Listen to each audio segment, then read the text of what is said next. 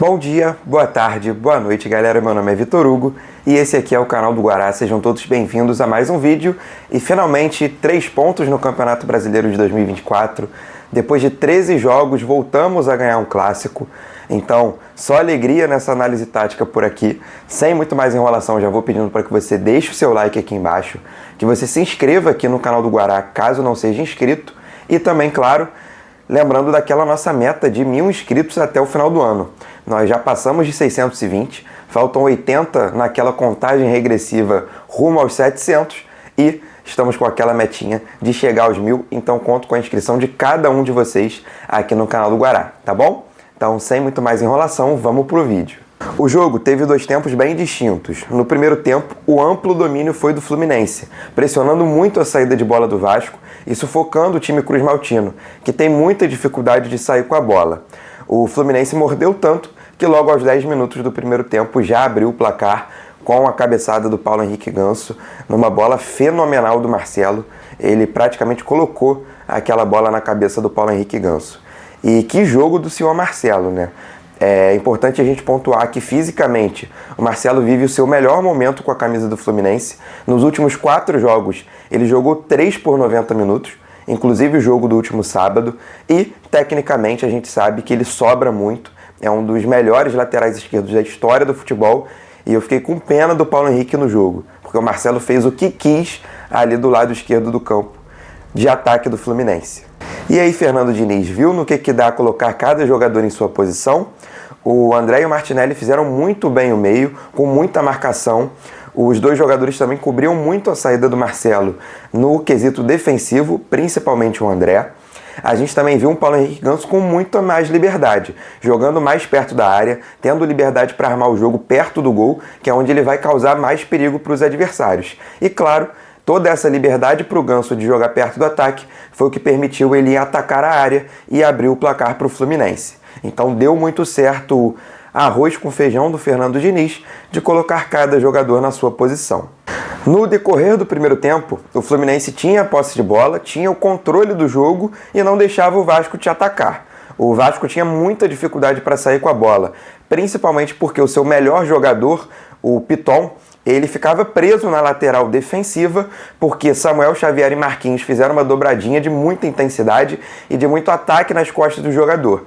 Então, ele precisou ficar estático ali na defesa e não sair para poder armar e pensar o jogo, como a gente sabe que ele tem muita qualidade para isso. Fernando Diniz foi muito bem nessa tática, nessa escolha de dobradinha. O Samuel Xavier, por exemplo, atuou muito mais ofensivo durante os 90 minutos do que o Marcelo, que foi um jogador que criou e pensou muito o jogo, mas mais até ali a linha do meio campo, ajudando com passes, e não indo tanto à linha de fundo quanto esses 2 jogadores que prenderam o Piton na lateral.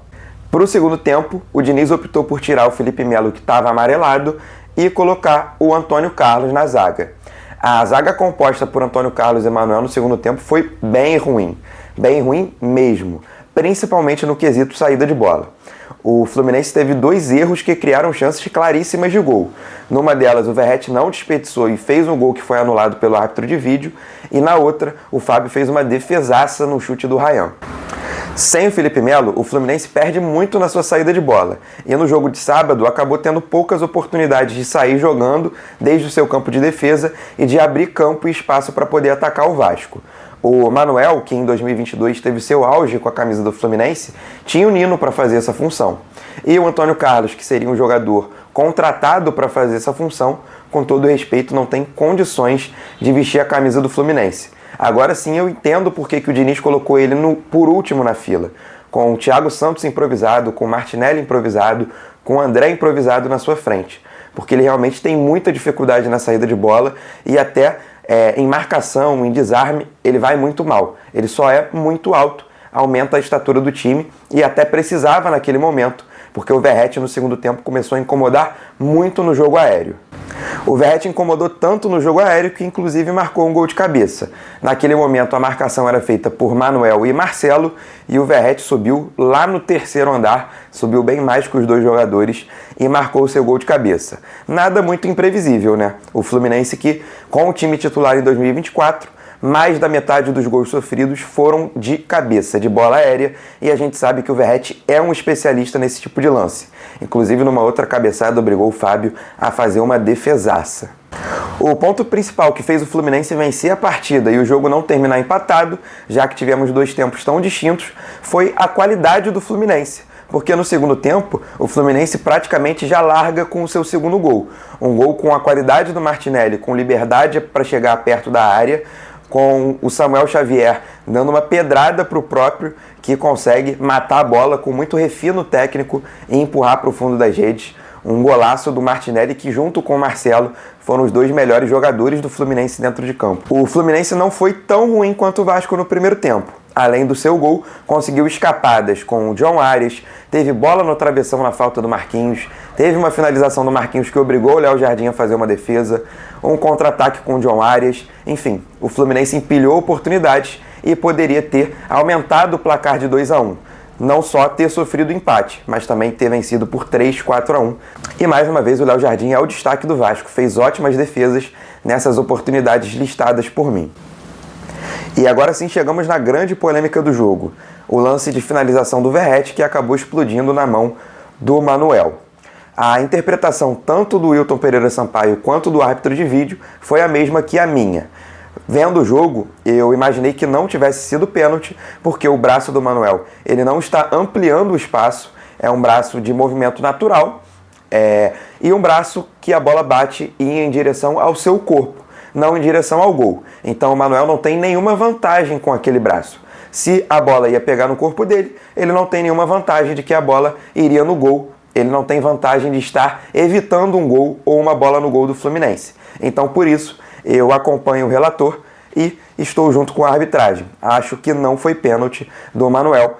E no pré-jogo, eu dediquei alguns minutinhos para falar sobre o imbróglio do Maracanã e disse que no segundo turno o Vasco vai querer mandar o seu jogo lá no Maracanã, colocando a torcida do Fluminense no cercadinho, como fez com a torcida do Vasco.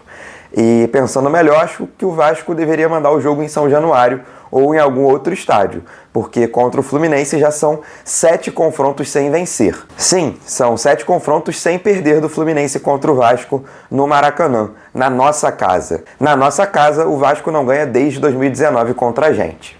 E como gostam de falar, nos últimos 5 anos o meu rival é um tal de empate, porque são 10 jogos, 5 vitórias do Fluminense, 4 empates e somente uma vitória do Vasco. Eu passo para agradecer a cada um de vocês pela companhia mais uma vez, em mais um vídeo.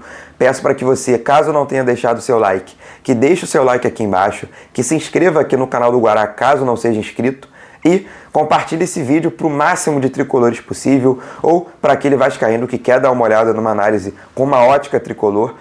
Compartilhe nos grupos de futebol do WhatsApp, nos grupos de Fluminense do WhatsApp, para aquele seu amigo tricolor bem do enjoado. Eu conto com o compartilhamento de cada um de vocês para a gente continuar tendo cada vez mais inscritos, cada vez mais público aqui no canal do Guará, tá bom? E claro, não esqueça também de comentar aqui embaixo, de dizer o que você achou do jogo do Fluminense, o que você achou das escolhas do Fernando Diniz e, claro, da polêmica do jogo, se você concorda comigo ou não.